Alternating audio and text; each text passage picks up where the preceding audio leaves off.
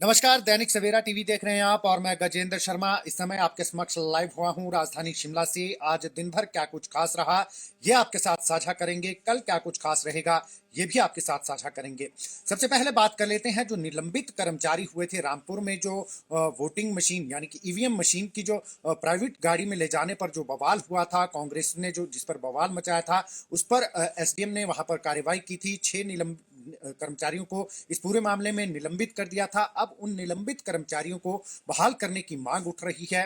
विभिन्न जो कर्मचारी संगठन हैं वो उन्हें बहाल करने की मांग कर रहे हैं। कर्मचारी संगठनों के नेताओं का कहना है कि जानबूझकर जो है वो ऐसा नहीं किया गया है, इंटेंशंस नहीं थी कोई, केवल जो है जल्दी पहुंचना चाहते थे इसलिए प्राइवेट गाड़ी का इस्तेमाल किया। कोई उन कर्मचारियों की ये कोई मंशा नहीं थी कि ईवीएम से छेड़छाड़ करनी है, कोई भी जो है किसी राजनीतिक दल के साथ मिला हुआ नहीं था। केवल मंशा इतनी थी कि जल्दी पहुंचना चाहते थे घर, इसलिए प्राइवेट गाड़ी का इस्तेमाल किया गया। और जो है कांग्रेस और जो अन्य राजनीतिक दल है उन्होंने इसे बहुत बड़ा मुद्दा बना दिया, जिस पर जो है एसडीएम ने दबाव में यह कार्रवाई की है। अब जो कर्मचारी संगठन है वो इन 6 कर्मचारियों के जो पुलिस विभाग के थे और अन्य जो विभाग के कर्मचारी थे उन्हें जो है बहाल करने की मांग कर रहे हैं। हालांकि गलती हुई है, गलती बहुत बड़ी है, क्योंकि चुनाव आयोग के साफ निर्देश थे। चुनाव आयोग जब भी ट्रेनिंग देता है साफ तौर पर हिदायतें देता है कि किस तरीके से ईवीएम को लाना है और ले जाना है। उसके बावजूद ये चूक हुई है, बहुत बड़ी चूक है। अब देखना है कि कर्मचारी संगठनों के जो नेता हैं उनकी मांगों को सरकार किस तरीके से, प्रशासन किस तरीके से लेता है, क्या उनके निलंबन को रद्द करता है या फिर जो है उनका निलंबन इसी तरीके से जो है वो जारी रहता है। 15 दिसंबर को युग हत्याकांड जो हुआ था शिमला के राम बाजार में, 2014 में यह हत्याकांड हुआ था। युग 4 वर्षीय युग जो राम बाजार के एक व्यापारी का बेटा था, उसे अगवा कर लिया गया था, पानी में डुबोकर जो है उसकी हत्या कर दी गई थी। इसमें पड़ोस के ही 3 युवकों को पकड़ा गया था। जो जिला न्यायालय है उसने जो है इसमें इस मामले में फांसी की सजा तीनों दोषी आरोपियों को सुनाई थी। उसके बाद जो आरोपी हैं उन्होंने उच्च न्यायालय में अपील की थी इस पूरे मामले को लेकर कि फांसी की सजा उनकी जो है वो खारिज की जाए और सजा जो है कम की जाए। इसको लेकर उन्होंने अपील की थी। तो ये मामला जो है लगातार खिंचता चला जा रहा है और अब इस पर जो सुनवाई है वो 15 दिसंबर को होनी है। जैसा कि हमने आपको बताया कि युग हत्याकांड शिमला का एक बहुत ही चर्चित हत्याकांड था, जिसमें पड़ोस के ही 3 युवाओं ने धन के लालच में फिरौती की मांग की थी 2 करोड़ की, और अपने पड़ोस के ही 4 वर्ष के युग को किडनैप कर लिया था। किडनैप करने के बाद उसे जो है पत्थर से बांध दिया था और भराड़ी में जो एक पानी का टैंक था, आरोप यह है कि जिंदा ही जो है उसे पत्थर में बांधकर उसे डुबो दिया गया था और उसकी जान ले ली गई थी। एक निर्मम हत्या इसे जो है करार दिया था। जज ने खड़े होकर पेन की नोक को तोड़कर ये फांसी का फैसला सुनाया था। अब इस फांसी के फैसले पर जो है सुनवाई वो 15 दिसंबर को होनी है। 15 दिसंबर को इसमें क्या कुछ आगे रहता है, सजा इसी तरीके से बरकरार रहती है या अदालत जो है इसमें कुछ नरमी करती है, ये जो जरूर जो है वो देखने वाली बात होगी। इसके अलावा बात कर लेते हैं, एचआरटीसी ने 14 करोड़ के बिल जारी किए हैं। ये 14 करोड़ के जो बिल जारी किए गए हैं ऊना, चंबा और बिलासपुर के जिलाधीशों को जारी किए गए हैं, क्योंकि प्रधानमंत्री नरेंद्र मोदी की रैलियां हुई थी। आचार संहिता लगने से पहले ये 3 रैलियां हुई थी, 3 बड़े कार्यक्रम हुए थे। ऊना और चंबा में एक ही दिन कार्यक्रम हुआ था, जिस दिन वंदे भारत एक्सप्रेस को जो है वो हरी झंडी प्रधानमंत्री ने दिखाई थी। इसके अलावा चंबा में कई बिजली प्रोजेक्ट को जो है वो हरी झंडी का उनका शिलान्यास किया था।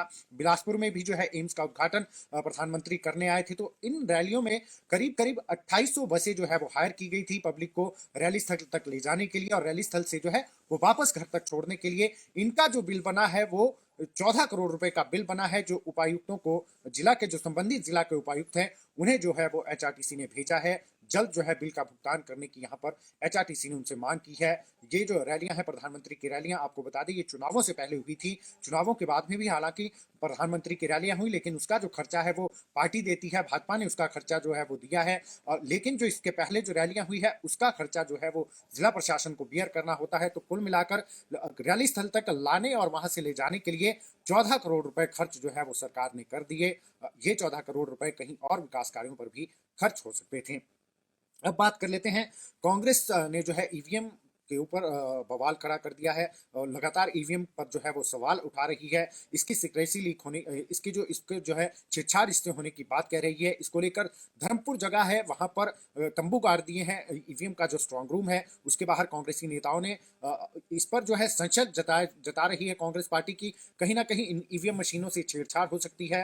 भाजपा जो है अपने पक्ष में कुछ ना कुछ इससे कर सकती है, लेकिन इस पर जो है सवाल खड़े करना अपने आप में एक सवाल है, क्योंकि ट्रिपल लेयर सिक्योरिटी के अंदर जो है स्ट्रांग रूम में ये वोटिंग मशीन जो है वो रखी जाती है। ईवीएम मशीनें पुलिस की तैनाती होती है, सीआरपीएफ की तैनाती होती है, बीएसएफ की तैनाती होती है, केंद्रीय सुरक्षा एजेंसियां हैं उनकी तैनाती होती है। इसके अलावा सीसीटीवी कैमरे भी जो है वो यहाँ पर इंस्टॉल किए जाते हैं, बारीकी से नजर रखी जाती है। फिर भी कांग्रेस संशय जता रही है और धर्मपुर में जो स्ट्रांग रूम है वहां पर उसके बाहर तंबू गाड़ दिए हैं। 24 घंटे उस पर कांग्रेस कार्यकर्ता नजर रखेंगे, अपना सारा कामकाज छोड़कर जो है बारी बारी सुबह शाम और रात 24 घंटे कौन आया कौन गया इस पर नजर रखेंगे। क्योंकि रामपुर में जो प्रकरण हुआ था उसको लेकर भी कांग्रेस ने सवाल उठाए थे। रामपुर में जिस तरीके से ईवीएम को जो है प्राइवेट गाड़ी में ले जाने का मामला आया था, कांग्रेस के राष्ट्रीय जो सचिव हैं राजेश धर्माणी जो घुमारवीं से इलेक्शन भी लड़ रहे हैं, उन्होंने ईवीएम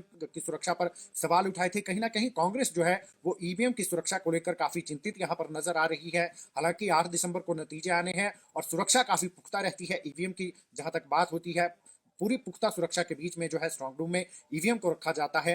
बावजूद इसके कांग्रेस जो है इस पर सवाल खड़े कर रही है और तंबू गाड़कर जो है वो कांग्रेस अब धर्मपुर में जो स्ट्रांग रूम है उसके बाहर यहाँ पर बैठ गई है।